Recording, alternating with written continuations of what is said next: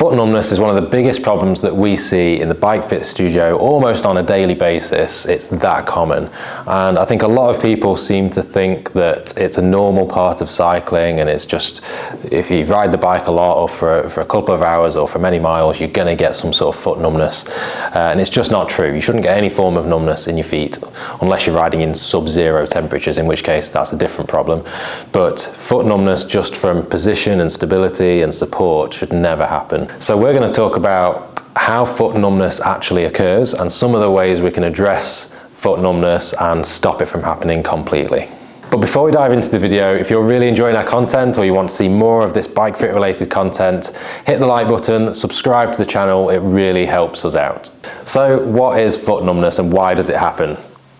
By definition, foot numbness occurs when you've either got constriction to the blood flow to the feet, or you've got compression of a nerve that supplies the foot, and then you lose sensation for that reason.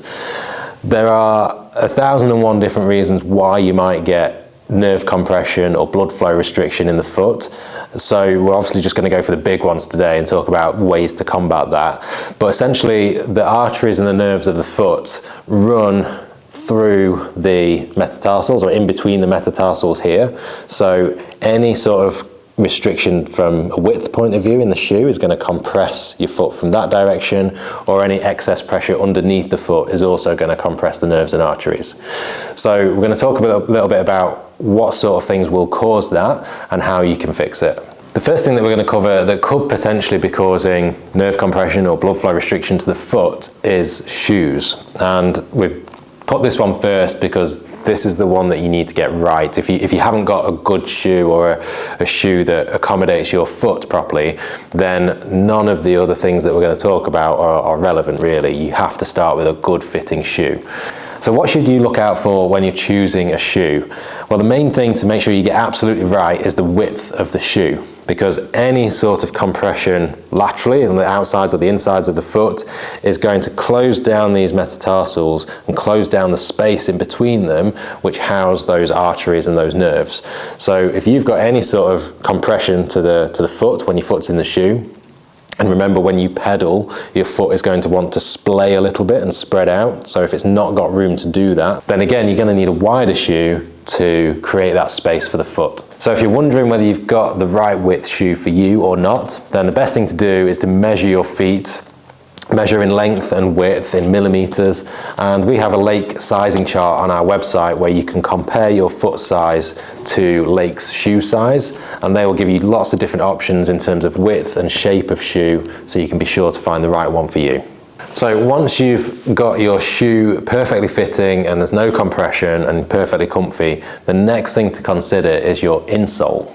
So the insole that comes with most shoes is just a flat piece of foam that doesn't give you any support or any sensory feedback. And that can be the issue or the cause for a lot of foot numbness problems as well. One of the insoles that we use a lot of in the Bike Fit studio to tackle numbness is the G8 2620 insole. Now there's a few reasons why these are really good for numbness in particular.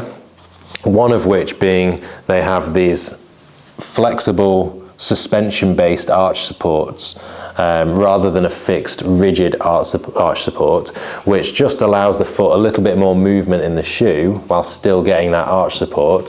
So the foot can actually splay within the shoe when you are putting down more force or more power into the pedal.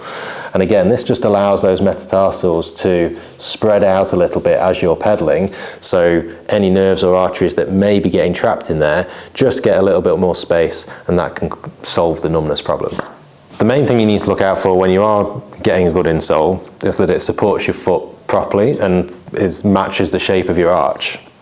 And these G8 insoles have adjustable arch pieces, so they come in different heights. Some are really low, some are much higher to suit your arch shape, but then also they are fully adjustable up, down, left, right to match the right position and make sure it adapts to your foot. Another reason we use these insoles a lot when it comes to foot numbness is the fact that you can add these little met domes onto the insole. So these are just little pieces of hard foam, Velcro backed, and they're in the shape of a triangle, and they sort of sit there on the insole. There's a little raised section on the insole there that you can attach it to. And what that does is that when your foot sits on top of the insole, the metatarsals can spread themselves over that met dome, and it just creates that little ridge so that your metatarsals can again spread out, create space, and solve any numbness problems. And these are really, really useful to use with these insoles. So you've got your ideal shoe, you've got the best insole possible set up to reduce the risk of numbness. The next thing you can look at is your pedal type, and particularly your pedal size.